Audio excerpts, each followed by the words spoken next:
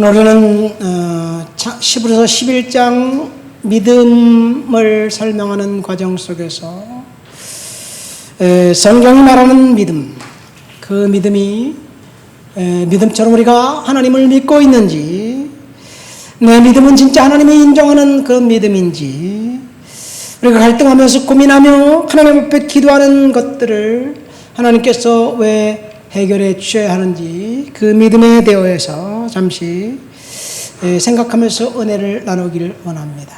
먼저 믿음이 뭘까요? 믿음은 사과나 커피나 컴퓨터와 같은 형상이 없는 단어이기 때문에 추상명사입니다. 형체가 없기 때문에 믿음을 정의하기는 약간은 까다로워요. 여러분, 형체가 없다고 존재하지 않나요? 하나님이 눈에 보이지 않는다고, 하나님은 우리의 인생 가운데 경험할 수 없다고 하나님이 존재하지 않나요?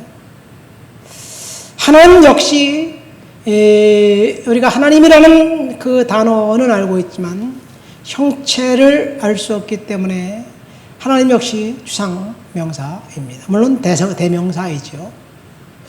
자, 어떤 사람은 눈에 보이지 않고 검증할 수 없고 확인할 수 없기 때문에 나는 하나님을 믿지 못하겠다. 아니, 하나님이 어딨어? 신이 어딨어? 없다라고 생각하고 그렇게 주장하는 사람도 있습니다. 눈에 보이지 않는 하나님이 없다고 생각하는 것, 없다고 주장하는 것, 무식한 얘기입니다. 여러분, 우리가 눈에 보이고 이성이나 과학으로 설명할 수 있는 것, 과학으로 증명할 수 있는 것은 믿음의 대상이 아닙니다. 그냥 과학으로 증명할 수 있는 것, 눈에 볼 수 있는 건 사실이에요. 사실을 검증된 것을 믿는다는 말은 성립되지 않습니다. 만약 인간의 머리로 이해할 수 있는 하나님이라면 그는 더 이상 하나님이 아닙니다. 신이 아닙니다. 그러니까 인간의 머리로 이해할 수 있고 검증할 수 있는 신, 어디 하나님을 보여줘봐. 그래서 내가 보면 믿겠다라고 생각하는 사람들이 생각하는 신은 초월자 하나님이 아니라 인간의 심부름꾼이나 하수인 정도로 생각합니다. 여러분들이 믿는 하나님이 인간의 하수인, 심부름꾼밖에 안 되는 그런 신입니까? 그래서 우리가 요구하는 것은 다 들어주는 심부름꾼 하나님을 우리가 원한다면 하나님을 오해하는 거예요. 우리가 히브리서 11장을 읽었는데 이 히브리서 11장은 믿음의 명예 전당에 믿음의 사람들의 이름들이 수록되어 있습니다. 여러분, 믿음의 명예 전당에 수록된 그 사람들의 이름, 여러분, 스포츠 세계의 명예 전당이 있어요. 야구의 명예 전당에 박찬호 우리 대한민국 선수가 이름이 올라가 있어요. 골프 여제라고 옛날에 불렸던 박세리 선수 이름도 골프의 명예의 전당에 이름이 올라가 있습니다. 왜 그들이 명예의 전당에 올라가 있느냐? 특별한 기록을 세웠기 때문에 그래요. 그리고 그들의 기록은 또 다음 사람들에 의해서 깨집니다. 그러면 그 명예의 전당에 올라간 그 사람의 이름을 지워버리는 것이 아니라 그 뒤에 또 다른 사람의 이름이 기록되어 있습니다. 히브리서 11장은 믿음의 명예 전당에 속한 믿음의 사람들의 명단이 나옵니다. 첫 번째는 아벨로부터 시작해서 6명의 믿음의 사람들이 나오는데, 그 사람들은 아벨, 노아, 아브람, 이삭, 그 다음에 그 사라, 뭐 이런 사람들 6명이에요. 이들이 믿음의 행적에 대해서 우리가 생각했던 스포츠 명예전당에 나온 것과는 전혀 약간 좀 생뚱맞아요. 아브라함이 하나님을 바라고 믿었다. 그러면서 아브라함 믿음에 대해서 어떤 그 공적을 행했는지, 어떤 특별한 믿음을 갖고 있었는지, 그것이 기록되어 있는 것이 아니에요.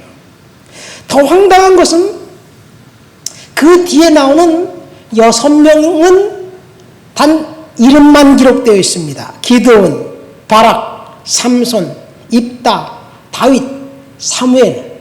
이 사람들은 믿음의 사람들인데 이름만 기록되어 있어요. 여러분, 다윗이 얼마나 하나님을 철저히 믿고 하나님 앞에 순종했나요? 다윗의 믿음이 어떤 것인지 기록하면 이 굉장히 두꺼운 분량이 다윗의 믿음의 공적들을 기록해야 될 터인데, 성경에 보면 그들은 이름만 나와 있습니다. 이들은 믿음의 사람들이었다라고 이야기합니다. 그런데 더 황당한 것은 그 다음에 수많은 믿음의 사람들은 아예 이름조차 없어요. 이름조차 없고 선지자들이라고 퉁쳐서 이야기하고 있습니다. 여러분, 여기에 이름조차 언급하지 않고 퉁쳐서 믿음의 사람이라고 언급한 사람 중에는 엘리야와 엘리사 같은 선지자도 분명히 있을 거예요. 엘리야가 얼마나 탁월한 능력을 행했고 얼마나 그 수많은 기적을 베풀었나요?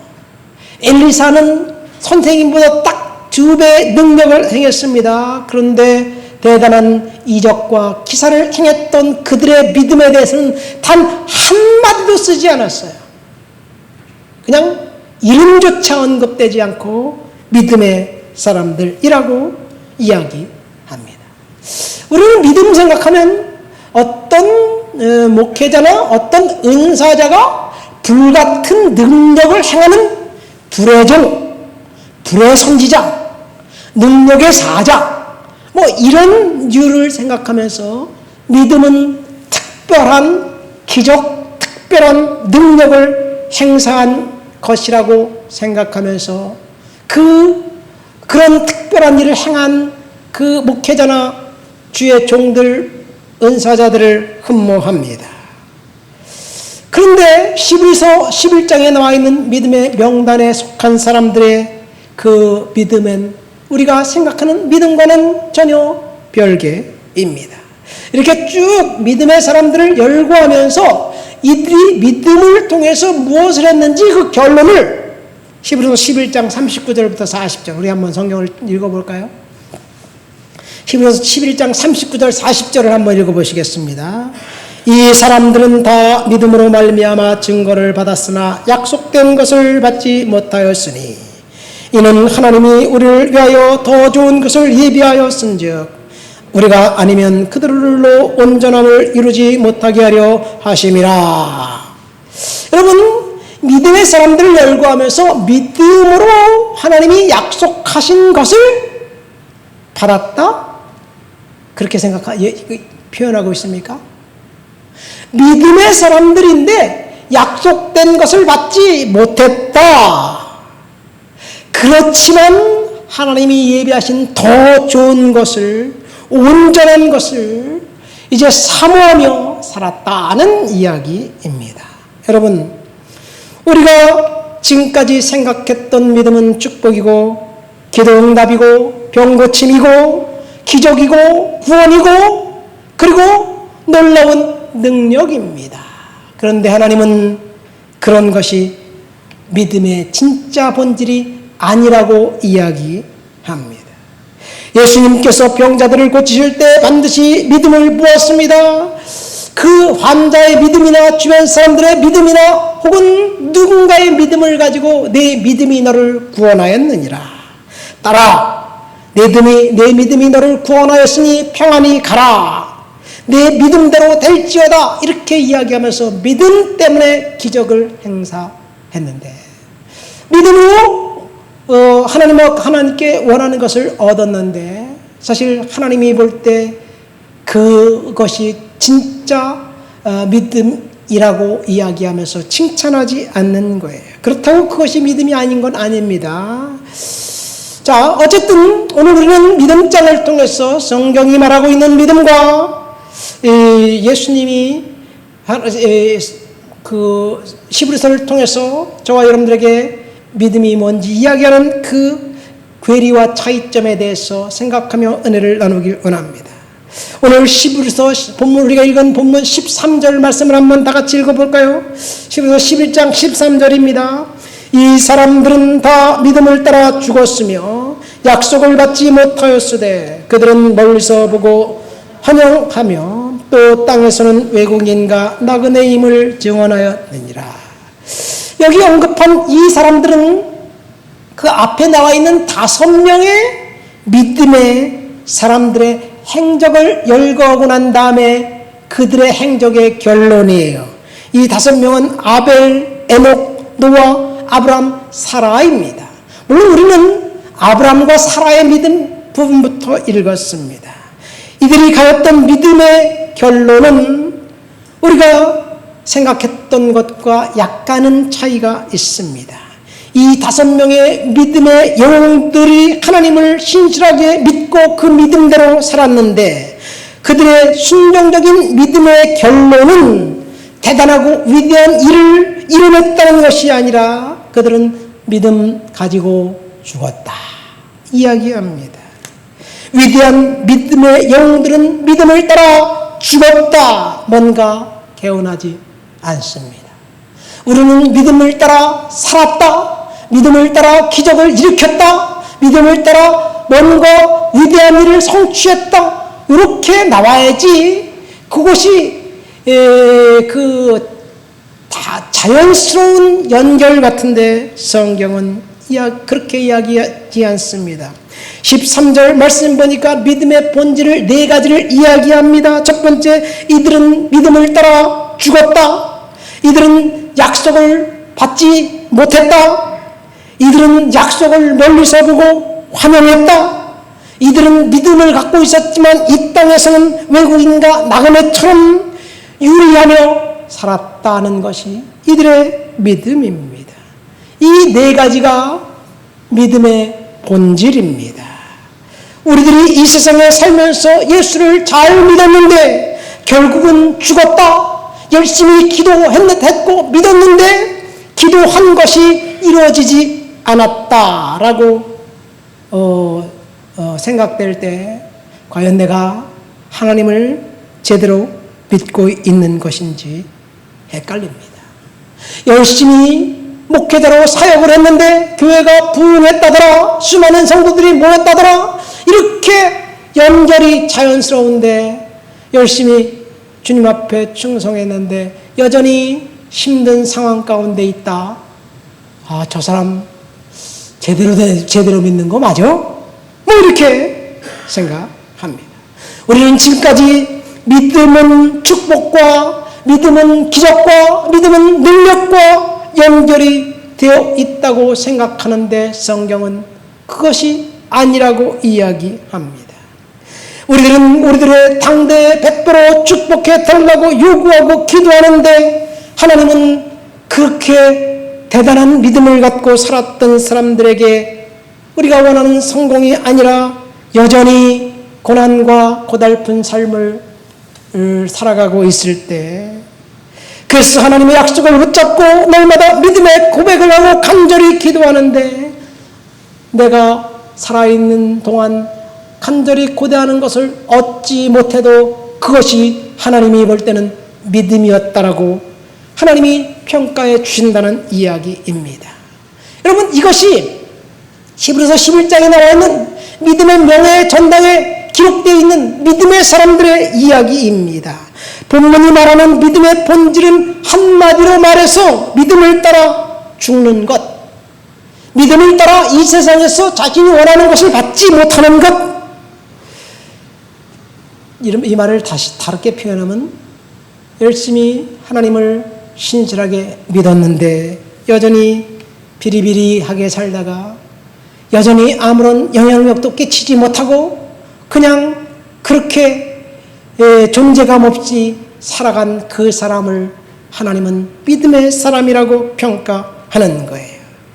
그러니까 사실 믿음에 대한 평가는 이 세상에서 얼마나 이뤄내지 못했느냐, 이것은 사람들의 평가인데 하나님은 그렇게 평가하지 않는다는 이야기예요. 그러면 진짜 믿음은 언제 판결 나느냐?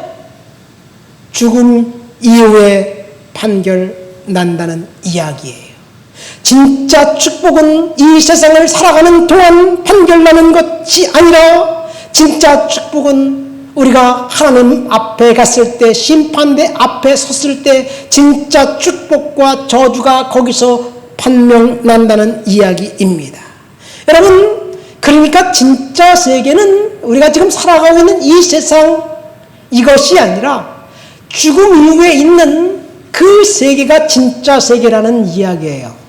여러분 그렇게 생각합니까? 아멘. 한 명만 그렇게 생각하고 다른 사람은 동의하지 않는 것 같아요. 사실은요, 우리가 살아있는 이 세상이 진짜고 죽음 너머 피안의 세계는 가짜다라고 생각한 때가 언제부터냐? 옛날 사람들은요, 진짜 세계는 우리가 살아있는 당대가 아니라 죽음 너머가 진짜라고 생각을 했어요. 자, 제가 증명을 할게요. 서양 철학하면 그리스 철학입니다. 그리스 철학은 젊은 사람들을 학교에서 다 배웠으면 소크라테스, 플라톤, 아리스토텔레스 이 세 사람의 사상이 줄을 이뤄요. 근데 그리스 철학의 핵심은 뭐냐면 이 세상에 우리가 눈에 보이는 이 세상은 눈에 보이지 않는 세상의 그림자에 불과하다.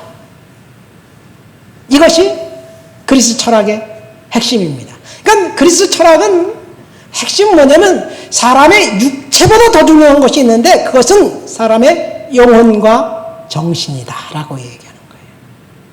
그래서 영혼과 정신을 똑바로 챙겨가며 살아가는 것, 그것이 진짜 인간의 본질이라고 생각했습니다. 서양 사람만 그렇지 않아요. 공자 맹자도 마찬가지입니다. 우리나라 조선시대 이 양반들 보세요. 이 양반들이 추구하는 것이 사변적이고 이상적인 거예요. 그래서 열심히 노동하며 사는 것, 이거는 천하게 생각을 했어요. 육체는 천하게 생각을 했어요. 여러분, 인간이 옛날부터 생각해왔던 것은 이 세상에 눈에 보이는 우리 육신적인 것, 육체적인 것, 이것보다 더 중요한 것은 정신적인 것이라고 생각을 했어요. 철학자들의 생각이고, 이 철학자들의 생각이 기독교 사상의 동일한 맥락을 같이 합니다. 그러니까 이 세상이 전부가 아니고 죽음 뒤에 심판이 있고 죽음 뒤에 새로운 세상이 펼쳐진다. 뭔 개뿔 뜯어먹는 소리 같지만 이것이 철학자들의 사고였고 우리 조상들의 사고였습니다. 그러니까 영혼이 중요하고 육체는 덜 중요하다. 이런 생각을 너무 많이 했어요. 그래서 이런 생각이 한 번 더 진행되니까 육체는 가짜야. 육체는 쓸모없어. 육체는 필요 없어. 여기까지 생각하는 거예요. 그래서 초대교회 이단이 뭐냐면요, 예수님이 육체로 오신 것을 부인하는 것이 이단이에요. 육체를 부인하고 영혼만 진짜 중요하다고 생각하는 것, 이것이 초대교회 이단이고 영지주의였습니다. 그때 사람들은 육체보다는 영혼을 더 중요시 여겼기 때문에 그래요.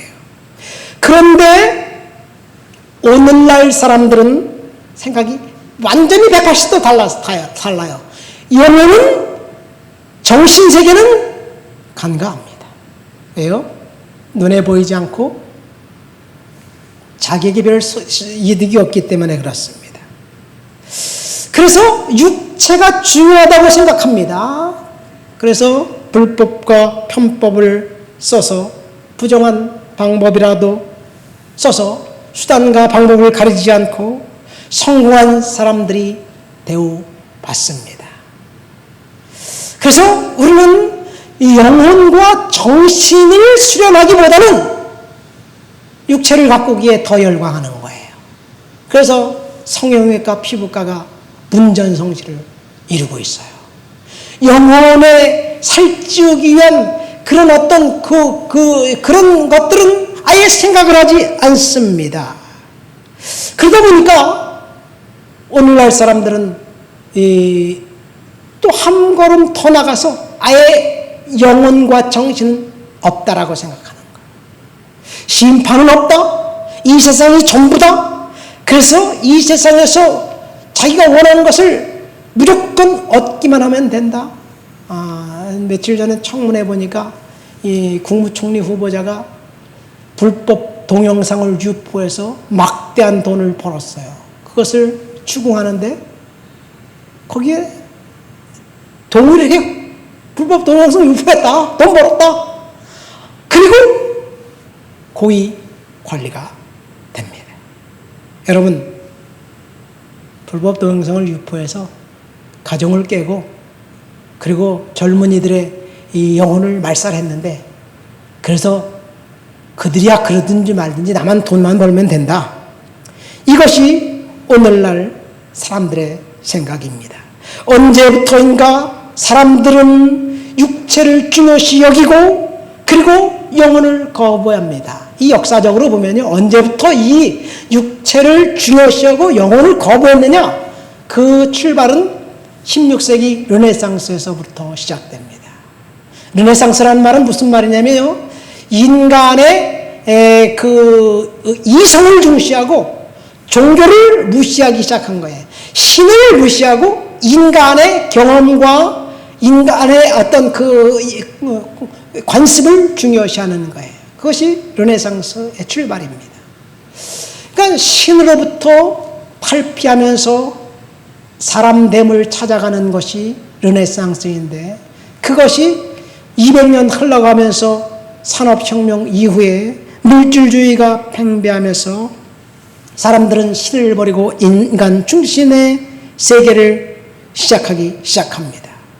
돈이 우리 인생의 목표가 되면서 영혼과 정신을 잃어버렸습니다. 우리 조상들도 인사 유명이고 호사 유피다라는 말을 했어요. 호랑이는 죽어서 가죽을 남기고 인간은 죽어서 이름을 남긴다. 그래서 이름을 어떤 이름을 남겨야 되느냐? 명예로운 이름을 남겨야지. 그래서 정말 이름을 남기기 위해서 도덕적으로 그렇게 살았는데 어느 순간 물질이 지배하면서 이 세상의 모든 것이 전부다라고 생각하게 되었습니다. 오늘날 사람들은 죽음 너머에는 관심이 없습니다. 지금 당장 현실의 삶의 안위와 풍요가 인생의 목적이 되어버렸습니다. 물론 그것에 대해서 제가 전혀 부정하는 것이 아니에요. 사람이 살기 때문에 다른 사람들보다 좀 평안하고 윤택하고 품위를 유지하는 삶을 살아야지 그것이 행복 아닌가? 맞습니다. 행복이 맞습니다. 그런데 죽음 이후에 아무것도 없다라고 생각할 때 그 사람의 뭔가 착각하고 살아가는 거예요. 여러분, 그러니까 진짜 믿음은 이 세상에서 잘 되는 것, 그것을 초월해서 오늘 본문에 보니까 아브라함이 하나님이 지으실 터, 영원한 성을 바라보았다라고 이야기합니다. 이것은 하나님의 나라에 갔을 때 죽음 위의 심판을 이야기합니다. 어쩌면 오늘날 교회에도 이런 세상 풍조가 들어와서 이제 교회에 다니는 것이 이 세상에서 잘되고 번성하고 그 다음에 뽀대나는 삶을 사는 것, 치유받고 성공하고 축복받는 것, 그것이 목적이 되어 버렸는지 모르겠습니다. 그러나 오늘 본문에 보면 믿음은 잘 죽는 것이라고 이야기합니다. 우리가 주님을 믿는 것이 이 세상에서 잘 살고 축복받는 것이 최종의 목적이라면 우리는 믿음을 이 시간 다시 한번 점검해 보아야 될 줄 믿습니다. 여러분, 우리가 어떻게 하면 하나님 앞에서 잘 죽을 수 있을까? 어떻게 하면 하나님을 믿다가 천국 갈까? 여러분, 천국에 가면 우리들에게, 성도들에게 하나님이 면류관을 주시는데 그 면류관을 받고 천국에서 행복한 삶을 누리는 것, 이것이 진짜 믿음의 본질입니다. 하나님이 왜 이스라엘 백성들을 이집트에서 탈출시켰습니까? 그들을 젖과 꿀은 흐르는 땅 가나안 땅을 아브라함과 약속된 것을 주기 위함이었습니다. 맞습니다. 그렇게만 알면 50%만 아는 거예요.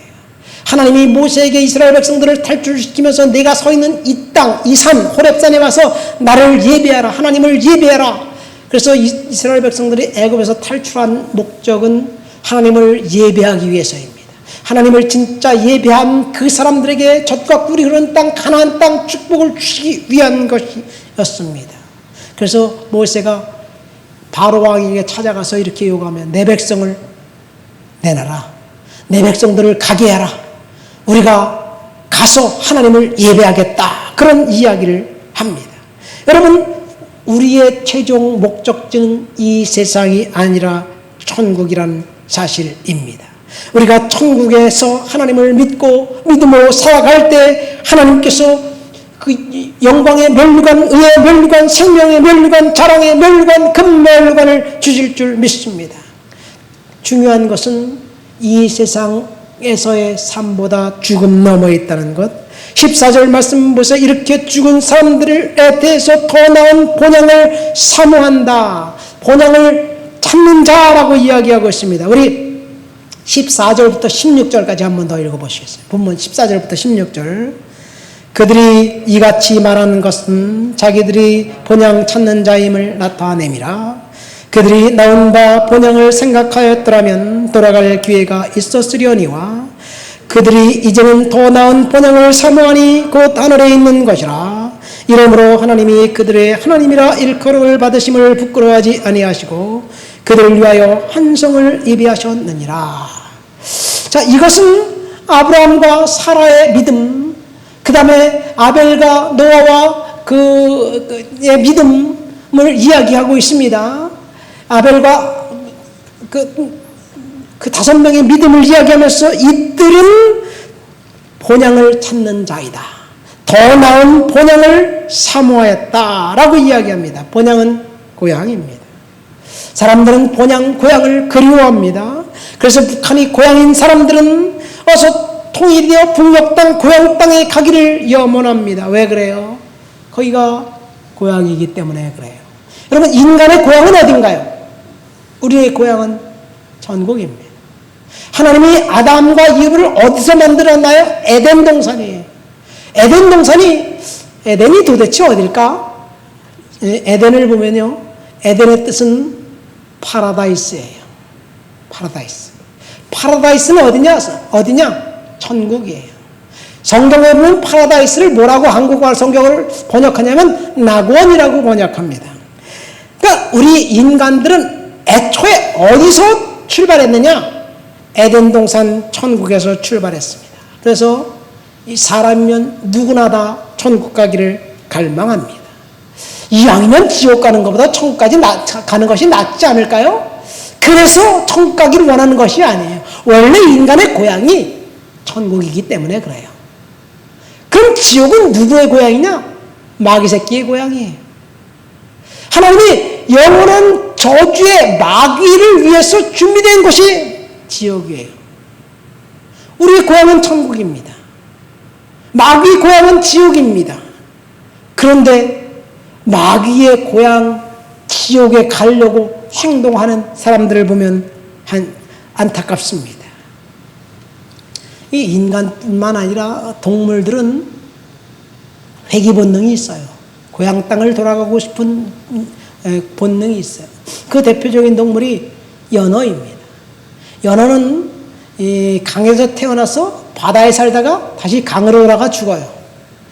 대한민국에도 연어가 있죠. 뭐 태백산 뭐 이쪽에서 연어를 의도적으로 태백산에 있는 강에서 부화를 시켜가지고 태평양에 나누면 그 태백산 그 강에 태어난 그 연어는 다시 태백산 강으로 돌아오는 거예요.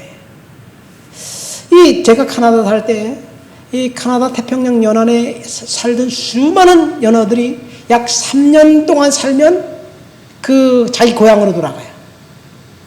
고향으로 돌아가는데 이 BC주 태평양 연안에 있는 강에서 태어난 그 연어들은 가까운 곳에 가지만 BC주를 넘어서 알버타주라고 있어요. 거기서 태평양에서 강을 거슬러 올라가고 폭포를 거슬러 올라가는데 수만 킬로미터가 됩니다. 그곳을 가기 위해서 온몸이 상해도 가는 거예요. 가서 거기서 알 낳고 죽어요. 가다가 이제 그 큰 강이면 괜찮지만 낮은 시냇물을 올라갔다 보면 나무 조각, 돌 조각에 온몸이 상처가 되고 찢겨요. 그러면 그 상처가 나고 찢겨도 끝까지 고향 땅에 가서 알을 낳고 죽습니다. 중간에 인디안들, 네이티브 인디안들이 이제 올라오는 그 연어를 잡아서 이제 겨울 양식을 합니다. 그렇게 잡혀 먹고 죽을지라도 연어는 그 연어의 머릿속에 하나님이 나침판을 심어놔서 고향 땅에 가서 죽어라. 그렇게 알 낳고 죽어라. 그렇게 했기 때문에 돌아가는 거예요. 죽음조차도 고단픈 삶조차도 고향 땅에 가려고 합니다. 인간은 고향 땅인 천국을 소망하며 살아가도록 되어 있어요. 이것이 인간의 고향입니다. 그러니까 진짜 믿음은 이 땅에서 잘 되는 것을 초월하고 죽음 이후에 심판 자리에 섰을 때 하나님 앞에 갔을 때가 진짜 믿음의 진짜 믿음입니다. 그래서 라이언 킹이라는 영화에 보면요, 어린 사자가 이제 이런 얘기를 해요. 사자는 영양을 잡아먹지만 결국 죽어 풀의 비료가 되고 그 풀은 다시 영양이 먹는다. 모든 생명체가 이렇게 삶의 고리에 연결되어 죽음도 삶의 일부다라고 이야기합니다. 그러니까 죽음은 두려움의 대상이 아니다라고 이야기합니다. 물론 이 말이 일부는 맞고 일부는 틀려요. 죽으면 그냥 흙으로 돌아가고 풀로 돌아가는 것, 그것으로 끝나는 것이 동물의 세계라면 인간의 세계는 죽으면 육신은 흙으로 돌아가지만 영혼은 하나님 앞에 다 가게 되어 있습니다. 진짜 천국을 인간은 갈망합니다. 인간은 누구나 천국을 가고 싶어 합니다. 천국이 있음을 믿지 않는 사람들조차도 지옥 가는 것보다 천국 가는 것이 낫지 않을까요? 이런 정도의 열망을 초월합니다. 진짜 천국이 있기 때문에 사람들은 천국에 갈망하며 살아가게 되어 있습니다. 이것이 천국의 이야기입니다.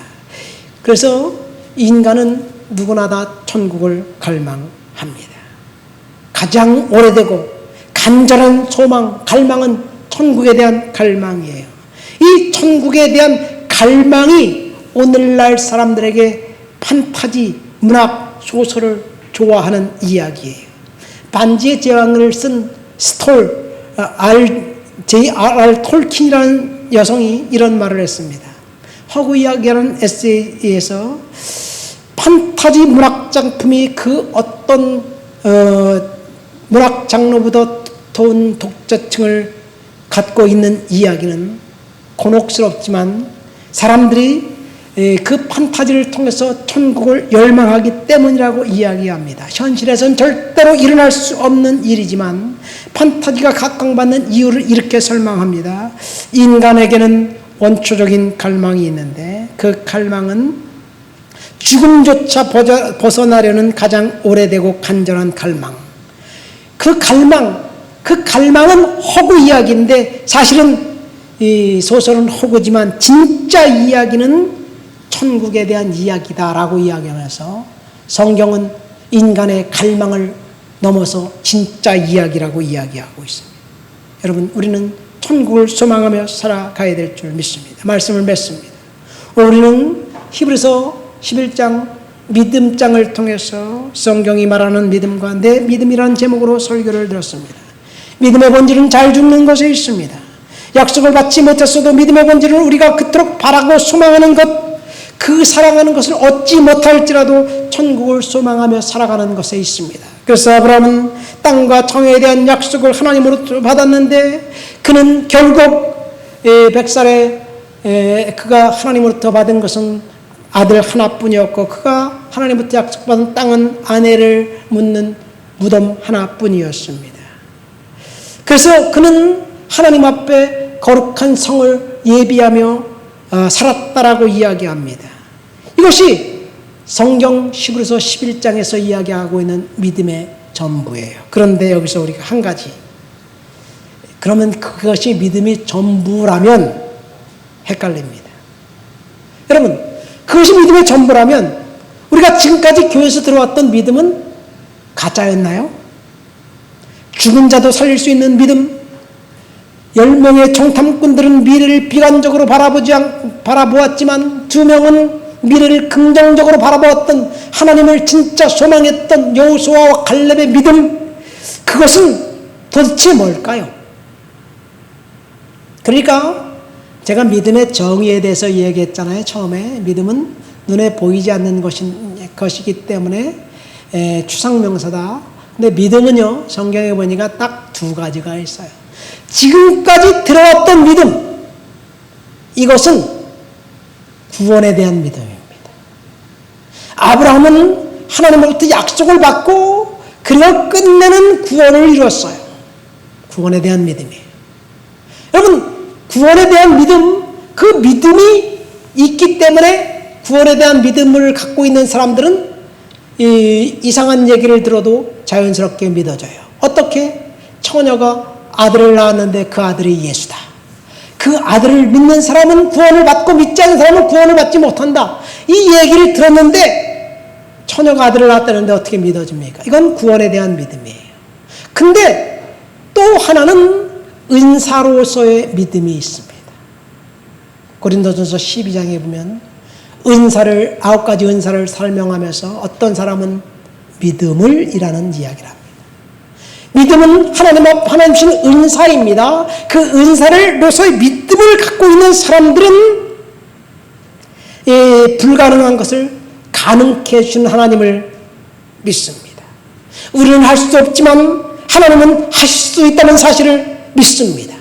여러분, 이것은 우리가 은사로서의 믿음이에요. 그러니까 믿음은 2가지예요. 하나님을 믿는 구원으로서의 믿음, 은사로서의 믿음입니다. 지금까지 교회에서 들어왔던 믿음을 가지고 죽은 자를 살리고 병자를 고치고 능력을 행하는 것은 은사로서의 믿음입니다. 둘 다 필요합니다. 그럼 우리가 성경에서 말하는 믿음과 우리가 갖고 있는 믿음은 가짜냐? 아니에요. 우리가 갖고 있는 믿음도 진짜입니다. 우리의 믿음을 가지고 천국을 바라면서 소망을 갖고 살아야 하는 것, 이것이 기본이고, 2번째, 하나님 나에게 믿음을 주십시오. 내 삶이 지금 이렇게 힘들고 어렵습니다. 이 삶을 탈피할 수 있는 능력을 주십시오. 은사를 주십시오. 믿음을 갖고 있으면요, 삶이 고달파도 눈에 보이는 것이 없어도 우리는 이길 힘을 하나님이 주실 줄 믿습니다. 그래서 하나님을 신뢰하는 믿음을 가지고 하나님 앞에서 오늘도 승리하는 저와 여러분들 되시기를 예수님의 이름으로 축원드립니다. 우리 다 같이 말씀을 생각하고 통성으로 기도합니다. 하나님, 나에게 믿음을 주셔서 감사합니다. 이 땅이 전부가 아니라 천국을 소망하면서 믿음을 살 수 있도록 도와주시고, 은사로서의 믿음을 갖고 그렇게 살아갈 수 있도록 도와주옵소서. 기도합니다. 하나님 아버지, 감사합니다. 오늘도 주님 앞에 나와 주를 높여드리고 주를 찬양하고 주를 예배합니다. 성령의 능력과 충만 거룩한 역사가 나타나고 드러나도록 주여 도와주시옵소서. 능력으로 채워주옵시고 권능으로 덧입혀 주옵시고 말씀으로 잡아주옵소서. 오, 주님을 찬양합니다. 주님을 높여드립니다. 예수님의 이름으로 기도합니다. 아멘.